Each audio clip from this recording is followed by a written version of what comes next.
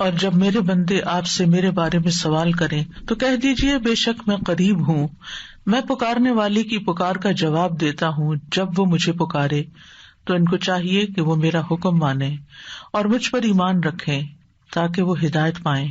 فاستغفروه ثم توبوا إليه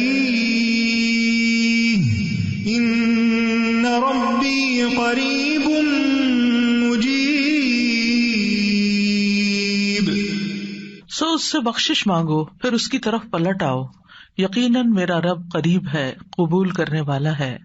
اللہم لک الحمد لا الہ الا انت وحدک لا شریک لک المنان بدیع السماوات والارض ذا الجلال والاکرام۔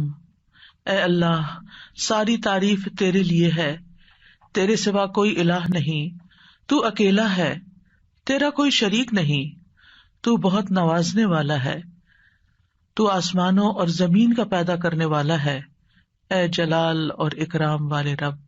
اللہم صلی علی محمد وعلی آل محمد کما صلیت علی ابراہیم وعلی آل ابراہیم انک حمید مجید۔ اللہم بارک علی محمد وعلی آل محمد کما بارکت علی ابراہیم وعلی آل ابراہیم انک حمید مجید۔ آج ہم انشاءاللہ رزق میں کشادگی کی دعائیں پڑھیں گے۔ اللہ تعالیٰ نے انسان کو پیدا کیا اور پیدا کرنے کے بعد یوں ہی چھوڑ نہیں دیا، بلکہ انسانوں کی ضروریات بھی پوری کی، انہیں رزق عطا کیا، انہیں زندگی بسر کرنے کے اسباب بھی فراہم کیے۔ سورۃ الروم میں اللہ تعالیٰ فرماتے ہیں اللہ الذی خلقکم ثم رزقکم ثم یمیتکم ثم یحییکم هل من شرکائکم من یفعل من ذلکم من شیء سبحانہ وتعالی عما یشرکون۔ اللہ وہ ہے جس نے تمہیں پیدا کیا ہے، پھر تمہیں رزق دیا ہے، پھر وہی تمہیں موت دے گا، پھر وہی تمہیں زندہ کرے گا۔ کیا تمہارے شریکوں میں سے کوئی ہے جو ان کاموں میں سے کچھ بھی کرے، یعنی زندگی دے اور رزق دے یا موت دے؟ وہ پاک ہے اور بہت بلند ہے اس سے جو وہ شریک ٹھہراتے ہیں۔ تو اللہ سبحانہ تعالی رازق ہے اور اس کی صفت الرزاق بھی ہے، یعنی بہت زیادہ رزق دینے والا۔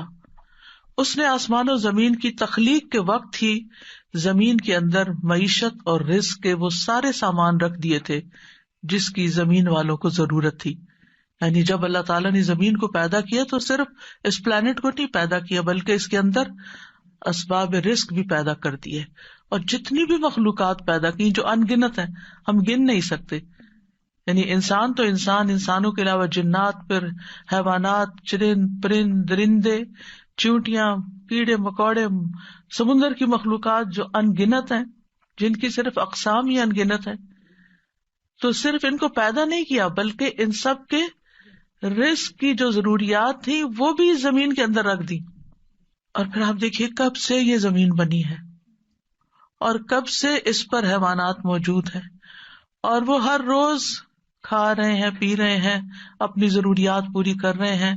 سبحان اللہ، یعنی انسان سوچے، اور اگر انسان اس کو شمار کرنا چاہے، گننا چاہے، تو آپ گن نہیں سکتے، آپ امیجن بھی نہیں کر سکتے کہ ہر روز کتنی مخلوق کیا کچھ نہیں کھا جاتی، اور پھر اگلے روز پھر، اور پھر دن میں صرف ایک بار نہیں، انسان تو حیوانوں سے بھی زیادہ کئی بار کھاتے ہیں، اور اللہ تعالیٰ دے رہا ہے اور دے رہا ہے اور دے رہا ہے، ہزاروں سال سے یہ سلسلہ چل رہا ہے، اور وہ سارے اسباب معیشت زمین کے اندر ہیں۔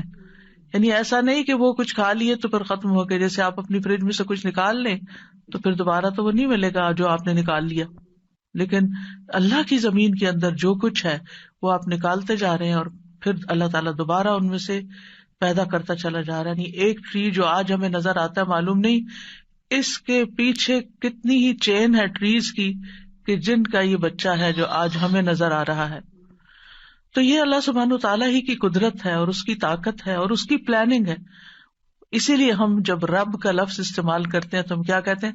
خالق، پیدا اس نے کیا، مالک بھی وہی، مدبر بھی وہی، رازق بھی وہی۔ یعنی رب کے اندر رازق کا لفظ بھی آتا ہے، یعنی اللہ تعالیٰ کی صفت رزق بھی آتی ہے. اس نے صرف پیدا نہیں کیا، صرف وہ مالک ہی نہیں ان چیزوں کا، بلکہ ان کی پلاننگ بھی کرتا، مدبر ہے. اور پھر اس کے ساتھ ساتھ اس نے ان سب کے رزق کا بھی اہتمام کیا. اور رزق تو ایک چیز ہے، اور بھی تمام ضروریات کا اہتمام کیا ہے. سورۃ ہود میں آتا ہے وَمَا مِن دَابَّةٍ فِي الْأَرْضِ إِلَّا عَلَى اللَّهِ رِزْقُهَا، زمین میں چلنے والا کوئی جاندار ایسا نہیں مگر اس کا رزق اللہ ہی کے ذمے ہے. وہ پرندوں کو ان کے گھونسلوں میں، درندوں کو ان کی گھات میں، مچھلیوں کو سمندر کی تہہ میں، چیونٹیوں کو ان کے بلوں میں رزق فراہم کر رہا ہے. اور رزق کا مالک بھی صرف وہی ہے. سب کچھ اس کے ہاتھ میں ہے، سب کچھ اس کے اختیار میں ہے. وہ جس کے لیے چاہتا ہے رزق کشادہ کر دیتا ہے، اور جس کو چاہتا ہے نپا تلا دیتا ہے، جس کے لیے چاہتا ہے تنگ کر دیتا ہے. ان اللہ یرزق من یشاء بغیر حساب. لیکن بندوں کے لیے حکم کیا ہے کہ وہ نکلیں، رزق کی تلاش کریں، اللہ سے رزق طلب کریں. فابتغوا عند اللہ الرزق واعبدوہ، سو تم اللہ ہی کے ہاں رزق تلاش کرو اور اسی کی عبادت کرو.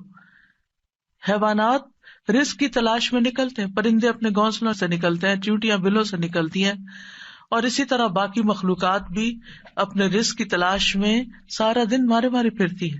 صبح خالی پیٹ نکلتے ہیں اپنے گھونسلوں سے پرندے، اور رات کو پیٹ بھرے واپس لوٹتے ہیں. لیکن پیٹ بھرنے کے لیے ان کو محنت کرنی پڑتی ہے اور کوشش اور بھاگ دوڑ کرنی پڑتی ہے، جو وہ سارے کر رہے ہوتے ہیں. تو انسان کے لیے بھی لازم کیا ہے کہ اللہ کو الرازق سمجھتے ہوئے اس کے ساتھ ساتھ کوشش کرے، محنت کرے، بھاگ دوڑ کرے، اور پھر اس کے بعد اس کی عبادت کے لیے بھی وقت نکالے.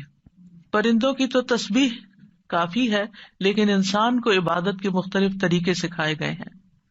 اس سلسلے میں آج کی دعا سورۃ المائدہ میں اللہ تعالیٰ فرماتے ہیں قال عيسى ابن مريم اللهم ربنا أنزل علينا مائدة من السماء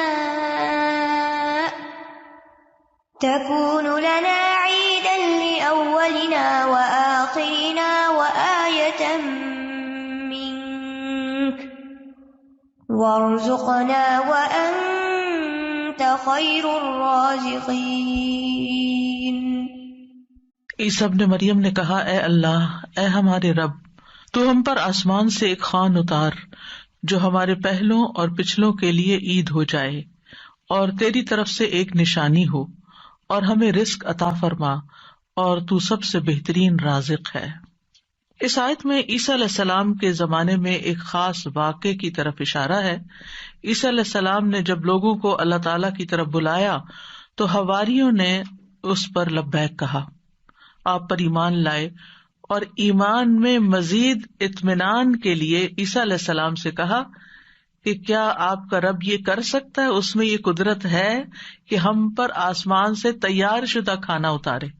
یعنی ویسے تو اللہ تعالیٰ زمین سے رزق دے ہی رہا ہے، تو ہم چاہتے ہیں کہ وہ آسمان سے ہمارے لیے کھانے کے لیے ریڈی ٹو ایٹ ہمارے لیے ایک خوان اتارے، یعنی پورا دسترخوان نیچے آئے. تو عیسیٰ علیہ السلام نے انہیں اس مطالبے سے روکا اور اللہ سے ڈرایا، کیونکہ یہ ایک طرح کا معجزہ تھا، اور معجزہ طلب کرنے کے بعد اگر کوئی شخص اللہ تعالیٰ کی بات نہیں مانتا تو پھر اس کی سزا بہت سخت ہے. لیکن حواریوں نے اپنے مطالبے کی 3 وجوہات بتائیں کہ ہم کیوں چاہتے ہیں کہ ہمارے ساتھ ایسا ہو. ایک یہ کہ ہم فکر معاش سے آزاد ہو کر، یکسو ہو کر اللہ کی عبادت کریں. دوسرے یہ کہ ہمیں یقین حاصل ہو جائے کہ آپ جو کچھ ہمیں کہہ رہے ہیں کہ یہ اللہ کی طرف سے ہے، وہ بالکل سچ ہے، حقیقت ہے، اور اللہ واقعی ہر چیز پر قدرت رکھتا ہے. اور تیسرے یہ کہ جب وہ دسترخوان نازل ہو تو پھر ہم سب خوش ہو جائیں. ظاہر ہے کہ اللہ کی طرف سے جو کھانا آئے گا تو اس کا تو پھر کیا ہی لطف ہوگا اور کیا ہی اس کا حساب ہوگا. تو ہم اس دن کو پھر خوشی کا دن بنا لیں، ہماری عید کا دن بن جائے، اور پھر ہم آئندہ بھی اس دن کو یاد رکھتے ہوئے ہر سال عید منایا کریں. جب ان کا یہ مطالبہ سنا تو عیسیٰ علیہ السلام نے نہایت عاجزی کے ساتھ اللہ رب العزت سے دعا کی.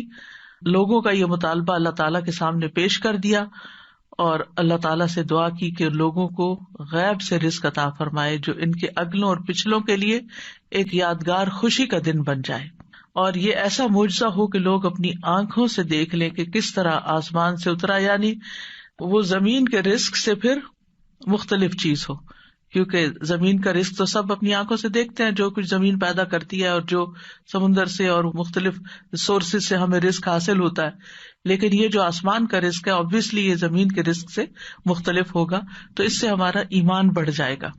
تو عیسیٰ علیہ السلام نے عرض کی قال عیسی ابن مریم اللہم ربنا، آپ دیکھیے دعاؤں میں یا اللہم آتا ہے یا ربنا آتا ہے، یہاں عیسیٰ علیہ السلام نے دونوں صیغے استعمال کیے ہیں، اللہم ربنا یعنی حواریوں کا مطالبہ قبول کر کے اللہ سبحانہ وتعالیٰ سے نہایت عاجزی کے ساتھ دعا کی کہ اے اللہ، اللہم اے اللہ، ربنا جو ہمارا پالنے والا ہے، جو ہمارا رب ہے۔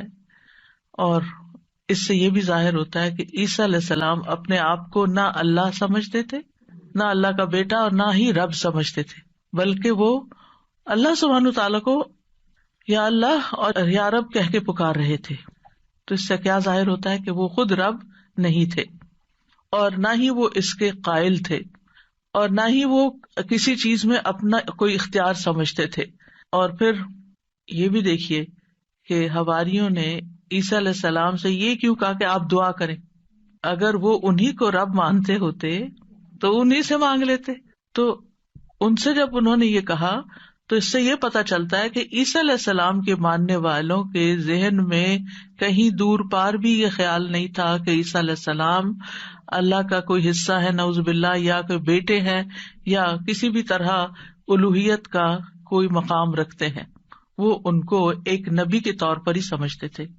تو انہوں نے اللہ سبحانہ وتعالیٰ ہی کی ربوبیت کا اس بات کیا یا اس پر ایمان لائے۔ پھر کہا کہ تکون لنا عیدا لاولنا وآخرنا، عید کا لفظ عاد یعود سے ہے، لوٹ کر آنا، یعنی وہ خوشی جو بار بار آئے، ہر سال پلٹ کر آئے۔ یہ سالانہ بھی ہو سکتی ہے اور ہفتہ وار بھی۔ مسلمانوں کی 2 عیدیں سالانہ ہیں اور 1 ہفتہ وار ہے۔ اس کے علاوہ کوئی اور عید ثابت نہیں ہے جو ہم نے خود سے بنا لی ہیں عیدیں، وہ قرآن و سنت سے ثابت نہیں ہے۔ تو ہم سالانہ عید تو اچھی طرح مناتے ہیں، لیکن افسوس یہ کہ جمعے کا اہتمام کم سے کم ہوتا جا رہا ہے۔ جمعے کے دن بھی غسل کرنا چاہیے، اچھے صاف ستھرے کپڑے پہننے چاہیے، تیار ہونا چاہیے، اہتمام کرنا چاہیے۔ یعنی جمعے کا دن عام دنوں کی طرح نہیں ہونا چاہیے، یعنی وہ دن ہمارے لیے خاص دن ہے، اسے خاص دن سمجھ کر ہی اس میں سارے کام کریں، چاہے وہ عبادت کے ہوں یا جو دوسرے کام ہوں۔ اور پھر آپ دیکھیے کہ انہوں نے کہا کہ وہ دن ہمارے لیے عید کا ہو، لأولنا وآخرنا، ہماری پہلی فرسٹ جنریشن یعنی جو ہمارے دور کے لوگ ہیں، وآخرنا اور جو ہمارے بعد میں آئیں گے، وآیۃ منک، اور تیری طرف سے ایک نشانی بھی ہو، تیری قدرت کی علامت ہو، یعنی عیسیٰ علیہ السلام کی سچائی کی علامت ہو کہ یہ واقعی اللہ کے رسول ہیں اور انہوں نے جو کہا وہ سچ کہا۔ اور پھر وارزقنا وانت خیر الرازقین دعا بھی کی، اور یہ رزق کے حصول کی دعا بھی ہے، یعنی اتنا حصہ اگر انسان پڑھتا ہے، وارزقنا وانت خیر الرازقین، تو ہمیں عطا کر، ہمیں رزق دے، اور تو سب سے بہترین رزق دینے والا ہے، اور یہاں پر ہمیں کسی مشقت کے بغیر اپنے پاس سے رزق عطا فرما۔ اب آپ دیکھیے کہ اللہ سبحانہ تعالی بہترین رازق ہے، یعنی کس اعتبار سے کہ جو اس کی طرف سے رزق آتا ہے وہ اپنی کیفیت کے اعتبار سے اور کمیت کے اعتبار سے بہترین ہوتا ہے، یعنی سب سے افضل ہوتا ہے۔ اور انسانوں نے اس کی جو شکلیں بنا لی ہیں، پروسیس کر لیا اس کو، تو وہ اپنی کیفیت کے اعتبار سے بہترین نہیں رہا، کیونکہ انسانوں کے لیے اس طرح فائدہ مند نہیں۔ آپ نے دیکھا ہوگا کہ جو چیزیں نیچرلی اگتی ہیں، گرو کرتی ہیں، اور جو فریش فوڈ آپ سی سے لیتے ہیں، سی فوڈ ہوتی ہے یا کچھ، یا ہم باقی غذاؤں کے مقابلے میں زیادہ صحت مند غذائیں ہوتی، خیر الرازقین۔ اور اس لیے بھی خیر الرازقین کہا گیا اللہ تعالیٰ کو کہ لوگ اگر اللہ تعالیٰ کی نافرمانی بھی کریں تو بھی وہ ان کو اپنا رزق دیتا ہے، وہ کفر بھی کریں، اس کا انکار بھی کریں، اس سے ناراض بھی ہوں، پھر بھی رزق دیتا ہے. لیکن بندوں میں سے جو کسی کو رزق دیتے ہیں وہ ایسا نہیں کرتے، حتیٰ کہ ماں باپ بھی اگر دیکھتے کہ بچے بات نہیں مانتے تو ان سے کنارہ کش ہو جاتے ہیں. آپ جہاں جاب کرتے ہیں جاب نہیں کریں تو آپ کو کوئی سیلری نہیں دے گا. انسانوں کا معاملہ یہ ہوتا ہے. لیکن اللہ سبحانہ وتعالیٰ آپ عبادت کریں یا نہ، آپ نماز پڑھیں یا نہ، آپ روزہ رکھیں یا نہ، وہ آپ کو کھانے کو دیتا رہے گا. تو اس دعا سے یہ پتا چلتا ہے کہ انسان جب دعا کرے تو بہت عاجزی کے ساتھ دعا کرے اور اللہ تعالیٰ کو اس کے بہترین ناموں کے ساتھ پکارے. اللہم ربنا، یہ دونوں نام اکٹھے بھی کر سکتے ہیں، اور اس کے علاوہ بھی یا رزاق، یا فتاح. اور پھر یہ کہ انتہائی عاجزی اور انکساری رویے میں بھی ہونی چاہیے کہ اللہ ہم محتاج ہیں، تو دینے والا ہے. اور پھر اللہ تعالیٰ سے بہترین رزق مانگنا چاہیے، یعنی تو بہترین رزق دینے والا. اللہ تعالیٰ کی صفت کو بیان کیا جا رہا ہے، یعنی ہمیں بھی ایک طرح سے انڈائریکٹلی کیا کہا جا رہا ہے کہ ہمیں بھی بہترین رزق عطا فرما. رزق کیا چیز ہے، یعنی رزق کا اطلاق کس کس چیز پر ہوتا ہے؟ ابن منظور لسان العرب میں کہتے ہیں رزق سے مراد ہر وہ چیز ہے جس کے ساتھ ہر زندہ مخلوق کی زندگی قائم ہوتی ہے، یعنی جس پر زندگی کا انحصار ہوتا ہے، خواہ وہ چیز مانوی ہو یا مادی ہو. مانوی سے مراد یعنی جس کو ہم چھو نہیں سکتے، جس کو ہم جانتے ہیں، سمجھتے ہیں، محسوس کرتے ہیں، یعنی انٹینجیبل جس کو آپ کہہ سکتے ہیں. تو رزق دونوں طرح ہوتا ہے، ٹینجیبل بھی اور انٹینجیبل بھی. اسی طرح بعض نے یہ کہا کہ ہر نعمت ہی ایک طرح سے رزق ہے، یعنی جتنی بھی نعمتیں ہمیں ملی ہیں وہ ساری رزق ہیں. یعنی صرف مال ہی رزق نہیں ہے بلکہ رزق کا ایک وسیع دروازہ ہے. ہر وہ چیز جو اللہ تعالی بندوں پر نعمتوں کی صورت میں انعام فرماتا ہے، جیسے مال، اولاد، ہسبینڈ، اہل و عیال، ماں باپ، پھر اسی طرح صحت، محبت، قبولیت، یہ ساری چیزیں رزق کہلاتی ہیں. اور یہ اللہ تعالیٰ کی طرف سے تقدیر میں مقرر کر دی گئی ہیں. یعنی اللہ تعالیٰ نے ہر بندے کا رزق مقرر کر رکھا ہے کہ اس کو کتنا دینا ہے. تو انسان کے لیے پھر کیا لازم ہے کہ اللہ جب دے تو پھر انسان شکر ادا کرے. جیسے اوپر میں نے ذکر کیا کہ حصی اور مانوی دونوں اعتبار سے جو نعمتیں ہمیں ملی ہیں وہ رزق ہے، تو محبت بھی ایک رزق ہے. حضرت عائشہ کہتی ہیں میں نے نبی صلی اللہ علیہ وسلم کی ازواج میں سے کسی پر رشک نہیں کیا سوائے خدیجہ رضی اللہ عنہا کے، اور میں نے حضرت خدیجہ کو نہیں دیکھا، یعنی ان کو زمانہ نہیں پایا. وہ فرماتی ہے کہ رسول اللہ صلی اللہ علیہ وسلم جب بکری ذبح کرتے تو آپ فرماتے کہ اس کا گوشت خدیجہ کی سہیلیوں کو بھیج دو. وہ کہتی ہے کہ ایک دن میں غصے میں آ گئی. میں نے کہا آپ ہر وقت خدیجہ خدیجہ کرتے ہیں اور اس کی سہیلیوں تک کا خیال رکھتے ہیں. تو رسول اللہ صلی اللہ علیہ وسلم نے فرمایا انی قد رزقت حبھا، مجھے خدیجہ کی محبت عطا کی گئی ہے، یعنی اللہ نے میرے دل میں اس کی محبت ڈالی. انسان کسی کو مرنے کے بعد صرف محبت کی وجہ سے یاد رکھ سکتا ہے کہ جس کے ساتھ آپ کا کوئی قلبی تعلق ہو، اور یہ بھی اللہ دلوں میں ڈالتا ہے.